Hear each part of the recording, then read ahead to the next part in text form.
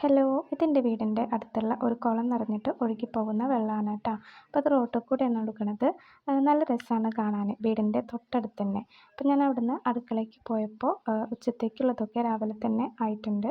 അപ്പോൾ ഉച്ചത്തേക്ക് സാമ്പാറും ഉപ്പേരിയായിരുന്നു ഉണ്ടായിരുന്നത്. അപ്പോൾ പിന്നെ കുറച്ച് പാത്രങ്ങളും കഴുകാനുണ്ടായിരുന്നു.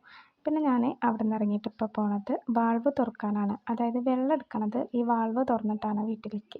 അപ്പോൾ അത് തുറക്കാൻ വേണ്ടിയിട്ട് പോവുകയാണ്. അത് നിൽക്കണത് പറമ്പിൻ്റെ തെറ്റത്തായതുകൊണ്ട് അത്യാവശ്യത്തിന് നടക്കാനുണ്ട്. അപ്പോൾ വരുന്ന വഴിക്ക് ഞാൻ കിണറൊക്കെ ഒന്ന് നോക്കി. കാരണം പറമ്പിലായതുകൊണ്ട് എപ്പോഴും കിണർ നോക്കാറില്ല. അപ്പോൾ 2 ദിവസം പെയ്ത മഴയിൽ കിണറൊക്കെ നിറയാറായിട്ടുണ്ട്. ഇത് നമ്മളുടെ 3 മാസം കൊണ്ടുണ്ടാവുന്ന പേരത്തൈയാണ് കേട്ടോ.